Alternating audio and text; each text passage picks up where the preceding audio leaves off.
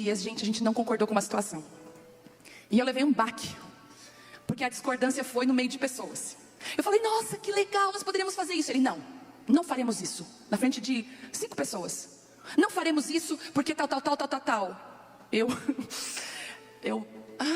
Queria matar ele. Claro, com certeza. Porque eu não pensei nisso antes? Olhando pra ele assim, mas eu vou...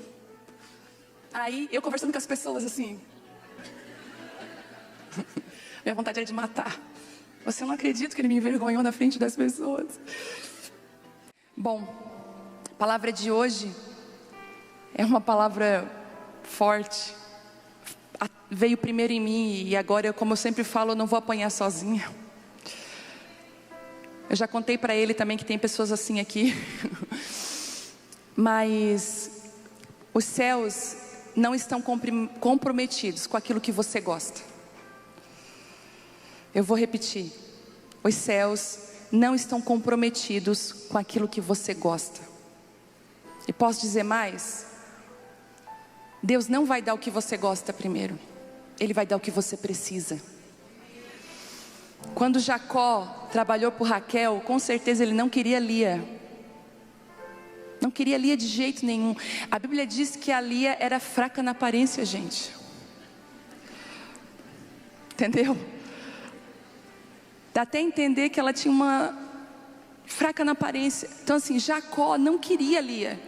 Mas se você for olhar para a história, Lia foi aquela que não escondeu deuses debaixo dela.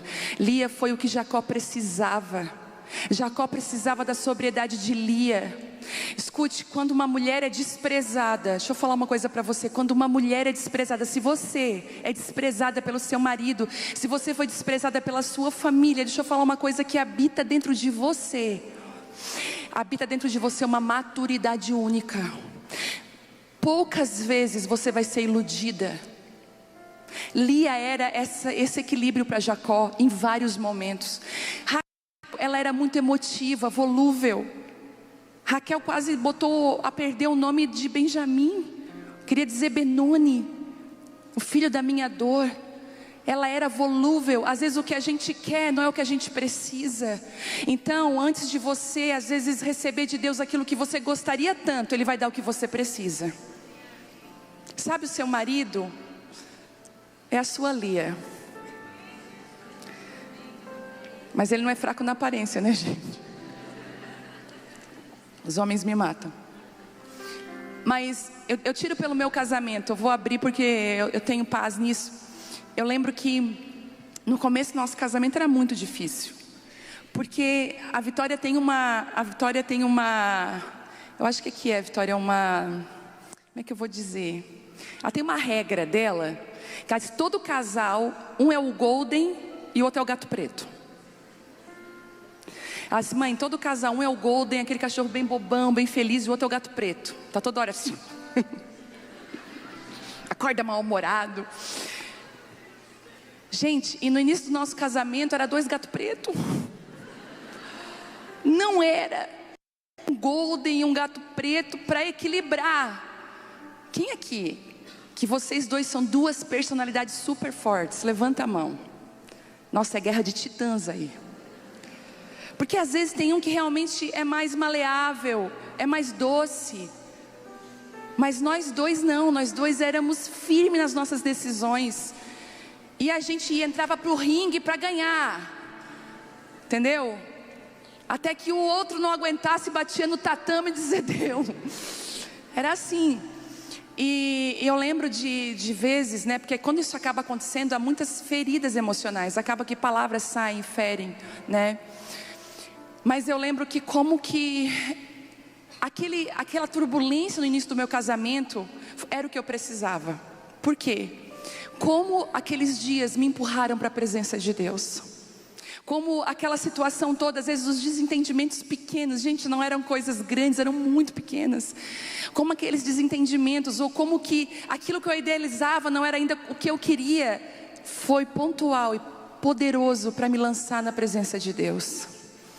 Então existem algumas guerras que não é o que você queria, mas talvez é o que você precisava para ficar forte, para as próximas estações da sua vida. Recebe essa palavra de Deus para você. Talvez você está aí triste, porque você está com a Lia e você queria ficar com a Raquel.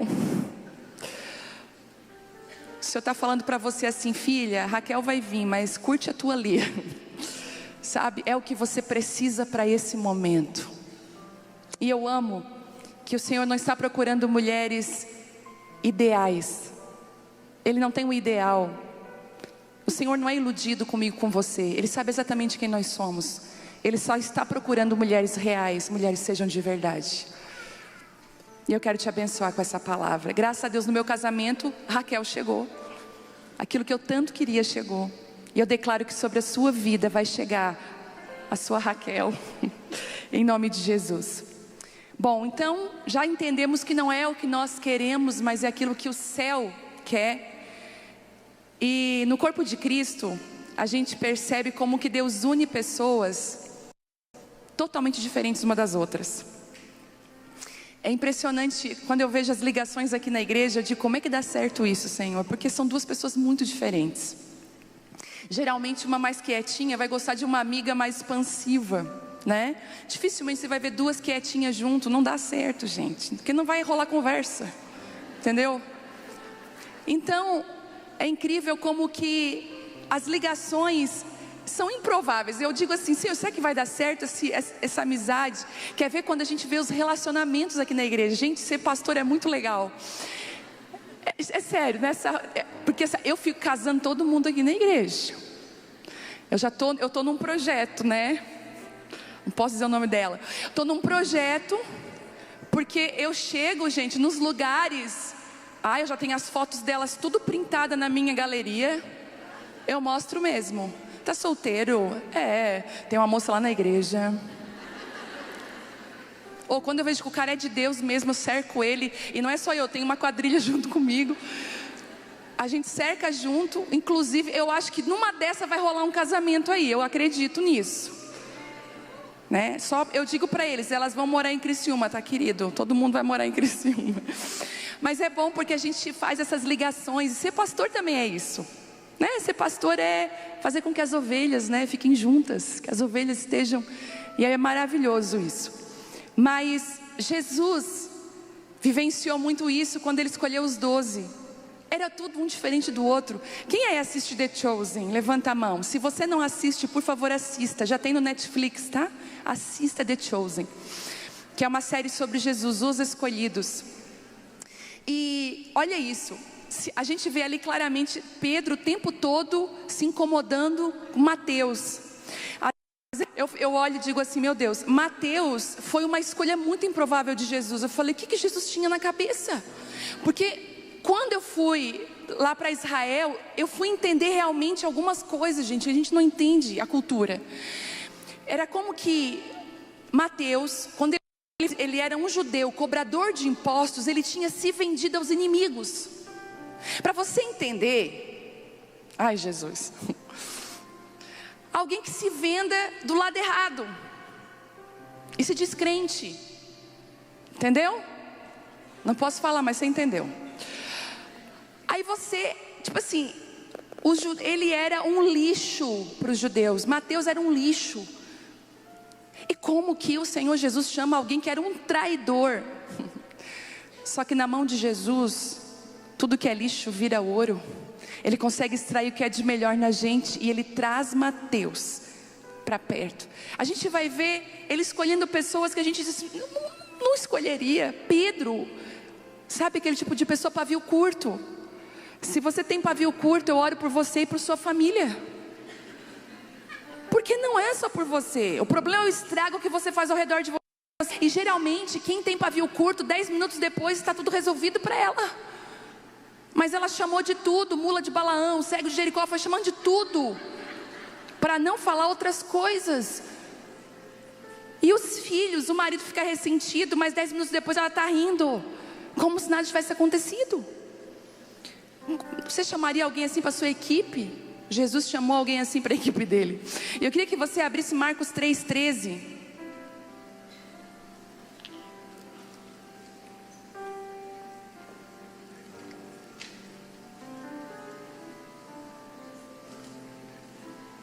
Mas eu sei que não tem gente de pavio curto aqui.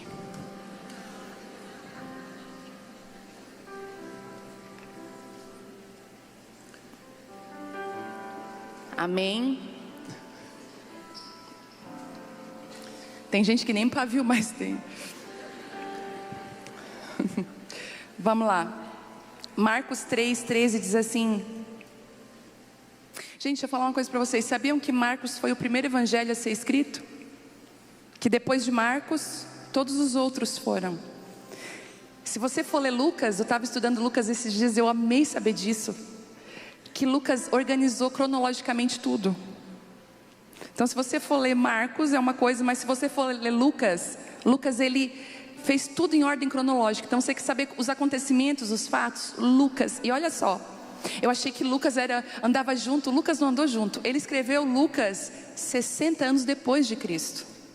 Mas ele começou a andar com os discípulos. E ele conversando com os discípulos, ele fez uma narração inteligente das escrituras do Evangelho. Então, quando você lê Lucas, você está com uma preciosidade na sua mão. E quando você lê Marcos, você lê aquela coisa assim, foi escrita na hora. Ai Jesus, sabe? Marcos, ai está acontecendo, Marcos está escrevendo. Mas Lucas não, Lucas para, estuda, conversa, vê fatos e escreve Lucas. Então posso dar um conselho, estuda Lucas. Inclusive se for ver ali Lucas, ele fala exatamente isso, que ele fez uma organização daquilo. Lucas com certeza era melancólico, porque é super organizado, não gostava de nada em desordem. Vamos lá, Marcos 3:13 diz assim: depois subiu ao monte e chamou os que ele mesmo quis, e vieram para junto dele. Então designou 12 para estarem com ele, e para os enviar a pregar e a exercer a autoridade de expelir espíritos malignos. Olha que forte isso. Olha o que ele diz aqui: chamou os que ele mesmo quis. Não foi você que quis, foi ele que te quis. Ele nos escolheu primeiro. Não existe você, ai, eu escolhi Deus, ai, eu aceitei Jesus. Não, Ele que aceitou você, Ele que te escolheu, Ele que te chamou. A Bíblia diz que Ele chamou os que Ele quis, Ele escolheu. Se você está sentado aqui, se você está assistindo agora, na sua casa, no seu trabalho, seja onde for essa ministração, saiba de uma coisa, Ele te escolheu. Eu gosto do filme de Crônicas de Nárnia, quando na primeira crônica do filme, assista também esse filme, O Leão, a Feiticeira e o Guarda-Roupa. Esse filme é de um livro de C.S. Lewis, as Crônicas de Nárnia, e é um livro muito cristão. Apesar de que a Disney fez umas coisas lá, mas você vai ver Jesus no meio daquilo ali. E quando eles são escolhidos, Pedro, né, que faz um menino Pedro fala assim: quando vocês foram escolhidos, vocês estão sendo esperados. Ele falou: calma, tem alguma coisa muito errada aqui, porque eu sou Pedro Pelvins, eu sou lá daquela vila, não, mas você foi chamado, escolhido. Talvez você vai pensar assim: mas eu escolhida, eu sou lá da cidade tal, a minha família aconteceu isso, como que Deus me escolheu? Sabe qual é o nosso problema? A gente não se assenta na mesa com Ele porque a gente acha que a gente não é digno. E posso te dizer, nunca seremos dignos. Não é porque eu sou digna ou você é digna, porque nós nunca seremos dignas. É porque Ele morreu por nós, Ele se entregou por nós, Ele pagou o preço, Ele rasgou a cédula que estava na mão do diabo no inferno, e Ele disse assim: eles são meus filhos e agora estão assentados comigo na minha mesa. Não é por dignidade, é porque Ele pagou um preço. Não é porque eu sou digna, é porque Ele é digno. O que resta a mim e a você é acessar o lugar que Ele abriu. E sabe o que eu vejo? Pessoas se recusando por orgulho, às vezes até uma falsa humildade. Sabe, Deus precisa tratar as nossas falsas humildades. Eu lembro de uma vez que eu tive uma ministração com a Karine Rizardi, e eu conversando com ela, ela orando por mim, ministrando comigo. Porque às vezes você pensa assim: porque a pastora é perfeito, é tudo. Não, gente, tem muita coisa que precisa ser curada ainda. Mas ela, sabe, todos nós estamos no caminho de melhorar a cada dia. E eu compartilhei com ela uma dificuldade minha, eu fui conversar com ela, ela fechou o olho, e eu amo isso. Eu amo gente de verdade. Ela fechou o olho, sabe, com aquela injeção assim do céu, e disse assim: ó, vai te doer, mas eu vou ter que... Ela falou assim: falsa humildade. Eu levei um susto que eu fiz isso aqui. O quê? Isso que tu acabou de me dizer é falsa humildade. E eu falei: será? Na hora, a minha máscara cai no chão, eu começo a chorar, e ela diz assim: agora acha um lugar de arrependimento. Nós precisamos ter um encontro com a cruz de Cristo, porque ela revela quem nós somos. Ou você quer viver enganada? A partir daquele dia, todas as vezes que eu vejo um resquício de falsa humildade em mim, eu vou lá e destruo com ela. Se permita ser ministrada. Se permita pessoas de confiança, pessoas de Deus tocarem em você, falarem verdades para você que você precisa ouvir. A gente vive hoje um evangelho como igreja de pessoas que estão procurando mestres para si mesmos, para ouvir só aquilo que elas querem ouvir. Querem estar em lugares confortáveis, que as pessoas concordem com elas. Posso te dizer uma coisa: não faça isso com você. Para o seu crescimento você vai precisar ouvir verdades, e isso você vai ver Jesus fazendo o tempo todo com os discípulos. Inclusive ele chega para Pedro. Pedro era metido, falava sem ser chamado, mas o Senhor fala para ele, quando ele tem... Pedro se sentiu tão assim, o cara é o perigo de cada uma de nós, se sentir num lugar que Deus não nos colocou para estar, que ele disse: ô Jesus, calma, não vai acontecer isso contigo. O Senhor falou: arreda-te de mim, Satanás, porque tu não cogita daquilo que é. Se fosse Jesus falando hoje isso para mim e para você, eu dizer que ele era tóxico, porque não se pode mais falar verdades. Cuidado, quem fala a verdade te ama. A Bíblia fala em Provérbios, não sei exatamente o versículo, mas ela diz assim: leais são as feridas feitas pelo amigo. Leais são elas. Que você tenha amigos que, se precisar fazer algo em você para te corrigir, que você permita. Que você tenha pessoas leais. Mas ele disse, ele que escolheu para vierem junto dele. Então olha só, ele designou 12. Aí você pensa, ele designou 12 apóstolos. Jesus tinha só 3 anos e meio para ensinar eles. Não, olha o que ele diz. Ele designou 12 para estarem com ele. Gente, quando eu li isso, eu falei: Deus, ele falou para mim: filha, eu não penso no teu ministério, eu não penso no teu título, eu estou te chamando para te estar comigo. Ele não disse assim, e ele chamou os 12 para que fossem apóstolos e fossem famosos e tivessem sucesso. Não. Ele chamou os 12 para que estivessem com ele. E talvez esse seja o segredo que o evangelho chegou até aqui para mim e para você, em pleno 2024. Aqueles 12 homens fizeram um bom trabalho. O Senhor, existe um chamado para mim e para você, para estar com Ele, antes de fazer qualquer coisa para Ele. E olha o que ele diz: e depois os enviar a pregar e a exercer a autoridade. Eu queria falar 2 palavras que são muito importantes no nosso meio para trazer clareza: informação e transformação. Nós vivemos numa era de muita informação. Por exemplo, hoje eu estava com dúvida numa situação, coloquei lá no Google a dúvida que eu tinha, e me veio tudo. O ano que aconteceu, eu estou fazendo um estudo, e a informação é muito incrível, muito rápida. Não sei se você é da minha época, mas quem tinha a Barça, lembra? Que eles iam vender de porta em porta. Eu lembro de dizer: mãe, compra, é muito caro. Os vendedores iam nas portas das casas, mas a gente só ia fazer pesquisa de trabalho na biblioteca da escola, porque tinha. Quem tinha a Barça em casa era rico, sabe? A gente hoje está vivendo um excesso de informação, mas a gente não está vendo transformação. E uma das coisas que, em várias funções que os discípulos exerciam, importantes, o que aconteceu com a vida deles, relacionando com Jesus, foi o que transformou. Não foi tanto informação, Mas Jesus queria ensinar através da comunhão. Posso te falar uma coisa? Estude a Bíblia, leia livros, seja uma voraz leitora bíblica.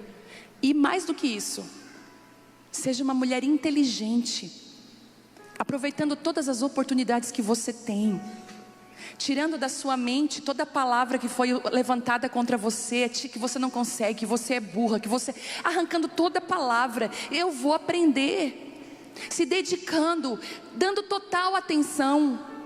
Sabe, pega um caderno, começa a anotar as coisas que você vai aprendendo. Seja uma mulher em constante evolução. Sabe, para de ficar acomodada. Esse berço que está te embalando na acomodação é o capeta. Levanta daí e vai viver aquilo que Deus tem preparado para você. Às vezes você pensa, ai Deus, eu queria tanto. Você só quer, mas você não tem atitude. Chegou a hora de ter mudança. É desconfortável, gente. Não vou mentir para vocês. Dá vontade de fugir, dá. De dizer, ai eu não queria. Mas lembra do que eu comecei? Os céus não estão comprometidos com o que nós gostamos. Essa geração, escute o que eu vou falar, o mundo que nós vivemos hoje, lá fora, eles estão sucumbindo, sabe por quê? Porque eles estão comprometidos com o que eles gostam. Escuta uma coisa, eu tenho uma filha de 9 anos. Ela acorda pela manhã, o cabelo todo esgadelhado. Aí fala, ai meu amorzinho, bom dia mãe, posso comer Nutella? Não. Só uma colherzinha de Nutella? Não. Aí eu vou lá, faço um misto para ela, um misto quente, faço um lanchinho saudável para ela. Daqui a pouco ela está pedindo, mãe, mas eu posso pegar Nutella? Não, tem o almoço. Por que eu faço isso para ela? Porque eu odeio ela? Porque eu quero o bem da minha filha, eu desejo o bem dela. Mas o que está acontecendo lá fora? Estão comendo Nutella toda hora. Amor sem compromisso, casa descasa, sabe aquela coisa? Faz o que quer, o final é uma destruição. O final é suicídio. O final é viver sem esperança. Agora eu vou te dar um conselho. É desconfortável agora, mas vai valer a pena. Diga para a pessoa que está do seu lado aí, fala isso para ela, para você gravar. Vai valer a pena. Fala isso, vai valer a pena. É desconfortável agora, mas vai valer a pena. Eu lembro quando a Vitória estava na adolescência, ela passou umas crises. Ela ia para a escola, ela não conseguia fazer amizade, sempre foi difícil. E ela chegava chorando em casa. Gente, a gente como mãe, nosso coração parece que é rasgado. Ia dizer, mãe, elas estão rindo de mim, mãe, elas falam coisas, E eu lembro que a direção que eu tinha de Deus era dizer assim para ela, Vitória, é desconfortável agora, é difícil agora, mas os anos vão passar, filha. E a gente vai ver o resultado de tudo isso. E os anos se passaram. E às vezes eu olho para ela, a gente se olha, e ela fala para mim, mãe, verdade, como foi bom, como foi protetivo. É desconfortável, não é o que você queria, mas é o que você precisa. E aí a gente vê os discípulos vivendo uma transformação, porque Jesus sabia que o acúmulo de informação a respeito de Deus não seria suficiente. E você sabe disso, que você conhece pessoas religiosas, conhece a Bíblia de trás para frente. Inclusive eu conheço pessoas que já leram a Bíblia mais 6 vezes. Eu conheço uma pessoa que, aqui de Criciúma, que já leu a Bíblia 6 vezes, é agnóstico. Então não é informação. Entende o que eu estou falando? E Jesus sabia que não era a informação que ia transformar os discípulos. Ao contrário, os discípulos precisavam ser mudados interiormente. E isso aconteceria através de um relacionamento com Ele. Sabe o que muda a nossa vida? Relacionamento com Deus. É você abre a Bíblia e diz assim, eu não quero ler sozinha. Quantas vezes eu fiz isso? Sabe aqueles dias de frieza espiritual? Que nem todo dia a cachoeira vem. Eu lembro que eu abri e disse assim: Espírito Santo, eu não sei ler a Bíblia sozinha, eu fico perdida, vem aqui comigo, me ajuda. E Ele vem. Jesus escolheu quem Ele queria. E existiam algumas coisas que eram necessárias para que os discípulos fossem transformados. Jesus, Ele colocou algumas atividades para os discípulos fazer, simples e corriqueiras, mas que eram essenciais para o crescimento deles.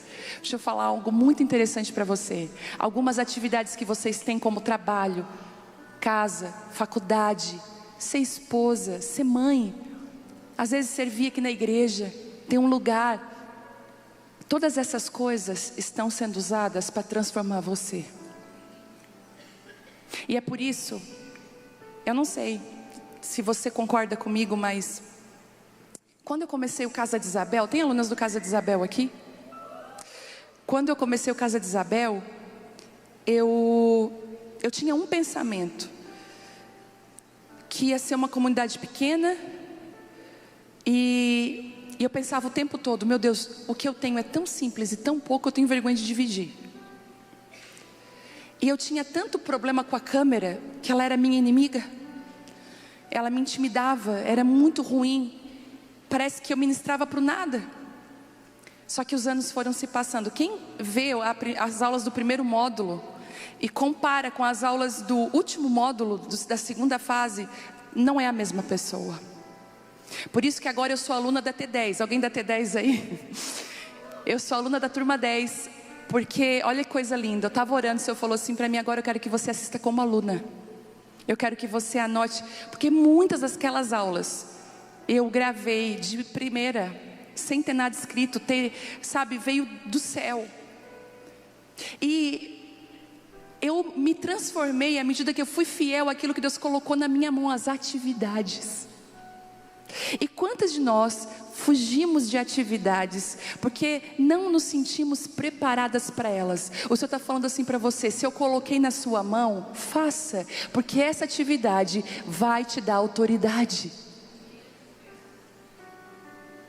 Quem aqui joga beach tênis? Levanta a mão. Poucas pessoas. Eu comecei e é uma vergonha.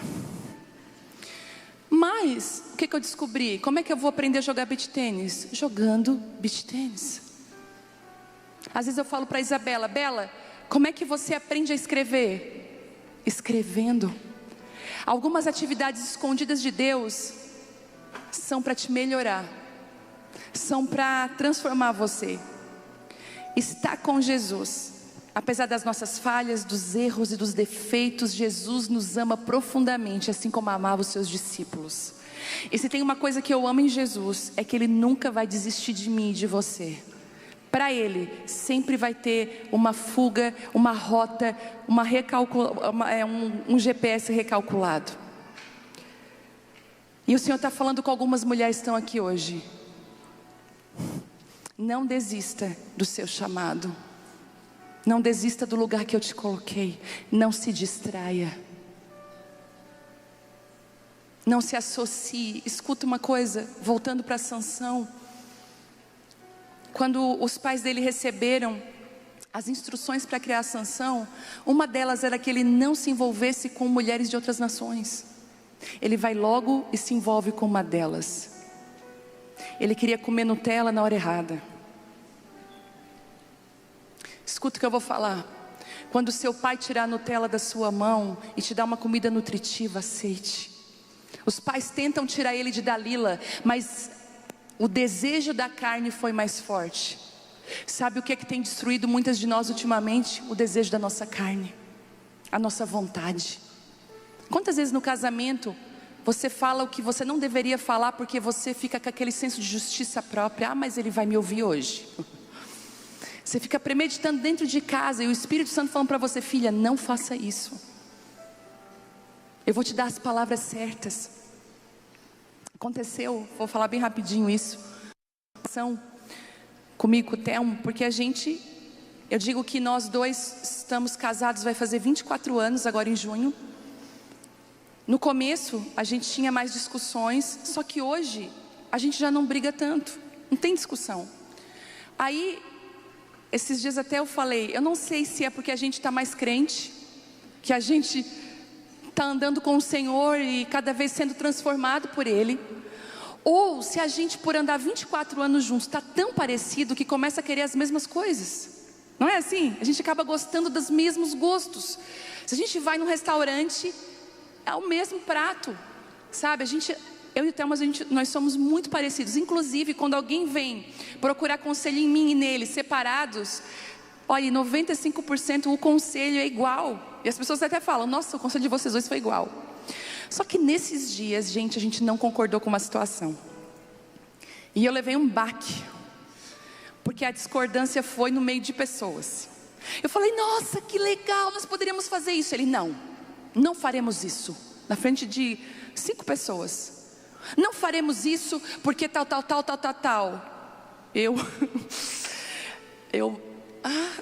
Queria matar ele. Claro, com certeza. Porque eu não pensei nisso antes. Olhando para ele assim, mas eu vou. Aí eu conversando com as pessoas assim. Minha vontade era de matar. Você não acredita que ele me envergonhou na frente das pessoas. E eu fiquei muito envergonhada. Tudo bem. Eu pensei comigo, chegando em casa a gente vai conversar. Só que no caminho, o Espírito Santo foi me convencendo e aplacando o meu coração. O Espírito Santo me fez uma pergunta muito linda. E eu amo caminhar com o Espírito Santo por causa disso.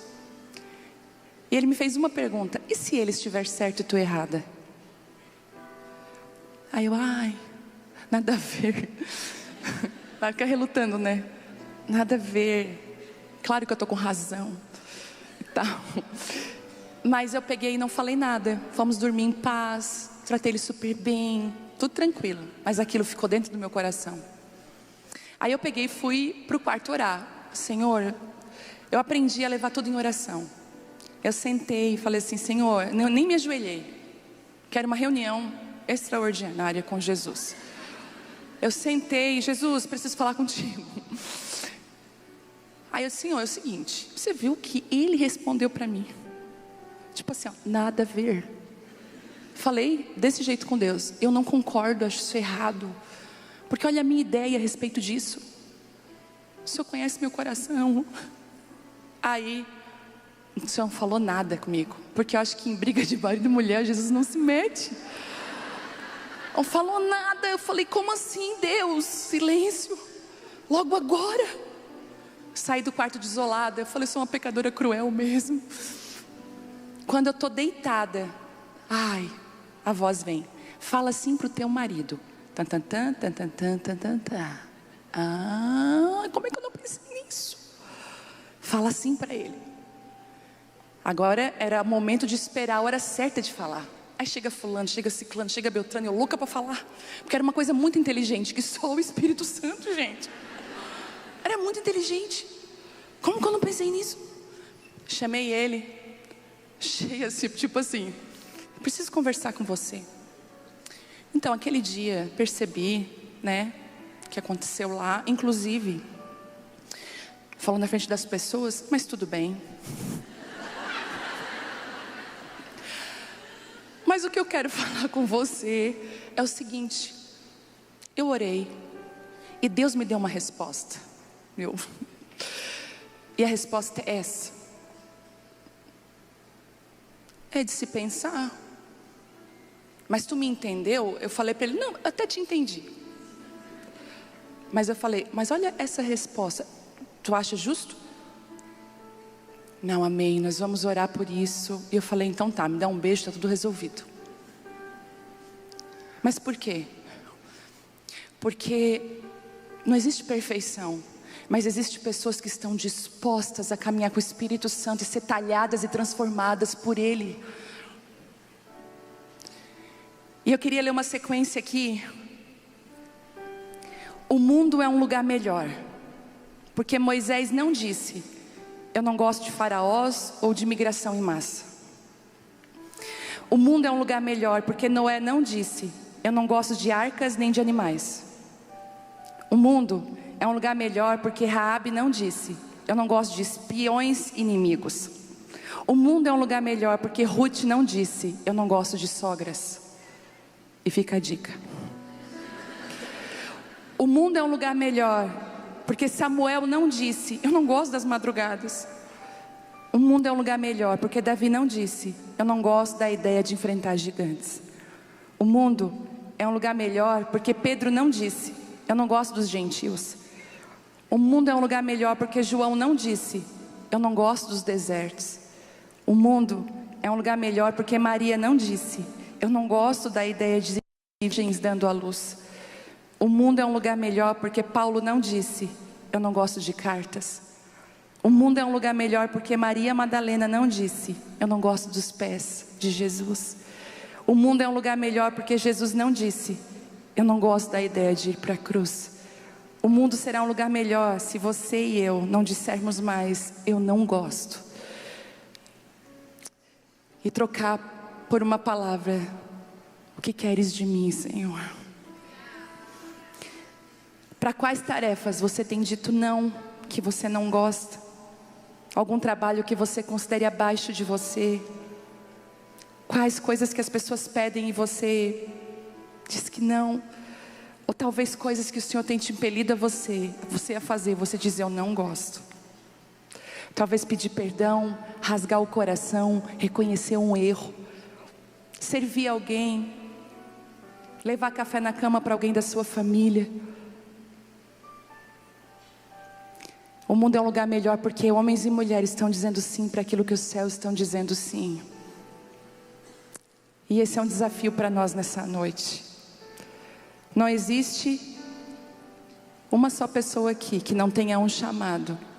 E o Senhor está dizendo para você, não é o que você gosta, mas é aquilo que eu preciso de você. Ele está levantando um exército de mulheres comprometidas com Ele. Eu queria que você ficasse de pé nessa hora.